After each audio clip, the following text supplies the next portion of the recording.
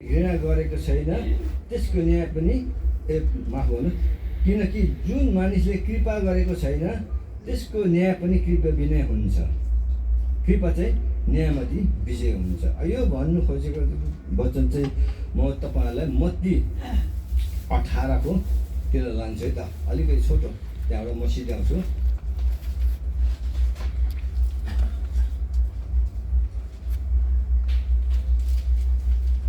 यहाँ माथि त्यसको शीर्षक चाहिँ निर्दयी नोकर भनेको छ होइन। यहाँ चाहिँ म तपाईँहरूलाई 22बाट म 23बाट म भन्छु। अनि एकजना साहुकारले चाहिँ दुईजना नोकरलाई चाहिँ ऋण दिएको थियो। एउटाले 10,000 सुनको सिक्का लगेको थियो, एउटाले चाहिँ एकजना मात्रै, त्यो एकजनाको चाहिँ पछि म आउँछु। एकजना नोकर चाहिँ 10,000 सुनको सिक्का लगेको थियो। तर जब त्यो नोकरले तिर्नु नसक्दाखेरि त्यो राजाले चाहिँ के गर्यो, उसको सम्पत्ति अथवा उसको श्रीमती छोराछोरी को छ लिएर आऊ र मेरो ऋण चुक्ता गर भन्दाखेरि उसले बिन्ती गर्यो, प्रभु मलाई मौका दिनुहोस्, म तपाईँको ऋण चुक्ता गर्छु भन्दै गर्दाखेरि उसले भन्दै यहाँ त म पढेर सुनाउँछु है त। यसै कारण स्वर्ग राज्य एउटा राजाको तुलना गर्न सकिन्छ जसले आफ्ना नोकरसँग हिसाब लिने इच्छा गरे। जब तिनले हिसाब लिन लागे 10,000 सुनका सिक्का ऋण लिने एकजना तिमीहरूसँग ल्याइयो, तिनी कहाँ ल्याइयो, तर त्यस मानिसले तिर्न नसक्दा त्यसका मालिकले त्यसलाई त्यसका स्वास्नी र छोराछोरी त्यसका सबै थोक बेची ऋण चुक्ता गराउने हुकुम दिए। 26मा तब त्यस नोकरले घुँडा टेकी तिनका पाउमा परेर भन्न लाग्यो, मालिक म माथि धैर्य गर्नुहोस्, म तपाईँको सबै ऋण चुकाउनेछु। तब त्यस नोकरका मालिकले टिठाएर त्यसलाई छोडिदियो।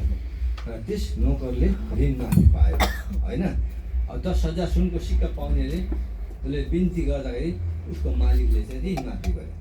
तर जब उसले ऋण माफी भएर निक्लिँदा बाटोमा जाँदा उसले उसको सङ्गी नोकर भन्छ, उसको सङ्गी साथीले पनि 100 चाहिँ चाँदीको सिक्का लिएको छ। उसले थोरै चाँदीको सिक्का लिएको छ।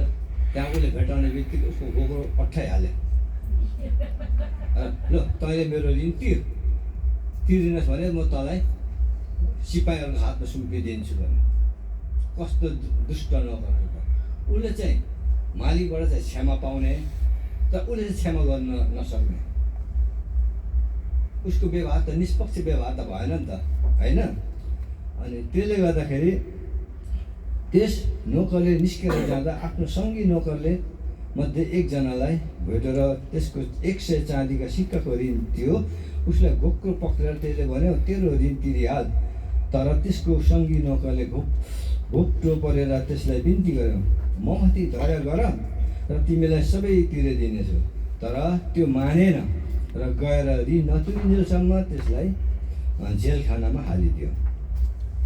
त्यसका सङ्गी नोकरहरूले यी सब देखे, अरू नोकरले देखे त्यो घटना।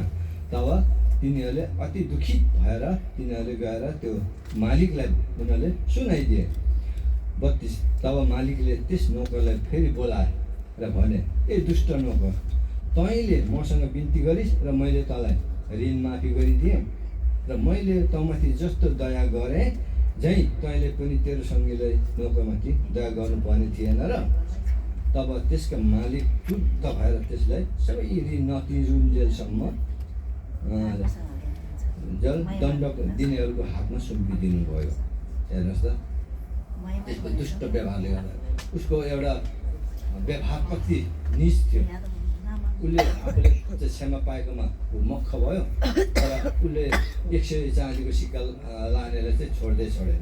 उसको दुर्व्यवहार, उसको उमा चाहिँ निष्पक्ष व्यवहार उसले गर्न सकेन।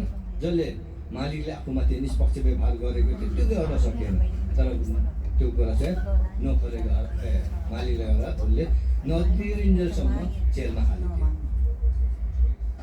अनि यहाँ भन्नु खोजेको कुरा पनि त्यही हो, किनकि जुन मानिसले कृपा गरेको छैन त्यसको पनि न्याय कृपा बिना हुन्छ।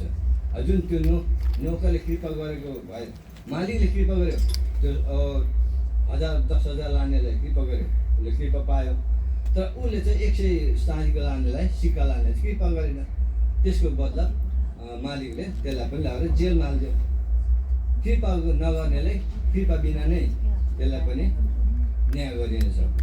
यहाँ तलतिर भनेको छ कृपा चाहिँ न्यायमाथि विजय हुन्छ। कृपा चाहिँ न्यायमाथि विजय हुन्छ भनेको चाहिँ के हो भने जसले असल काम गर्छ। हामी रोमी 13 मा गएर एउटा प्रशासकको अधिकारमा बस्ने कुरालाई हामी हेऱ्यौँ भने त्यहाँ छ जसले असल काम गरेको छ उसलाई कहिले दण्ड उसलाई चाहिँ कहिले आउँदैन। जो खराब काम गर्छ, दण्ड शासन कानुन व्यवस्था भनेको कसको लागि हो? खराब काम गर्नेहरूको लागि। त्यसले गर्दाखेरि असल काम गर्नेलाई त त्यो नियम कानुनको त मतलबै छैन। असल काम गर्नेलाई कुनै नियमले बाँध्न सक्दैन। त्यसले गर्दाखेरि यो भनेको कुरा कृपा चाहिँ न्यायमाथि विजय हुन्छ भनेको चाहिँ त्यही हो होइन त।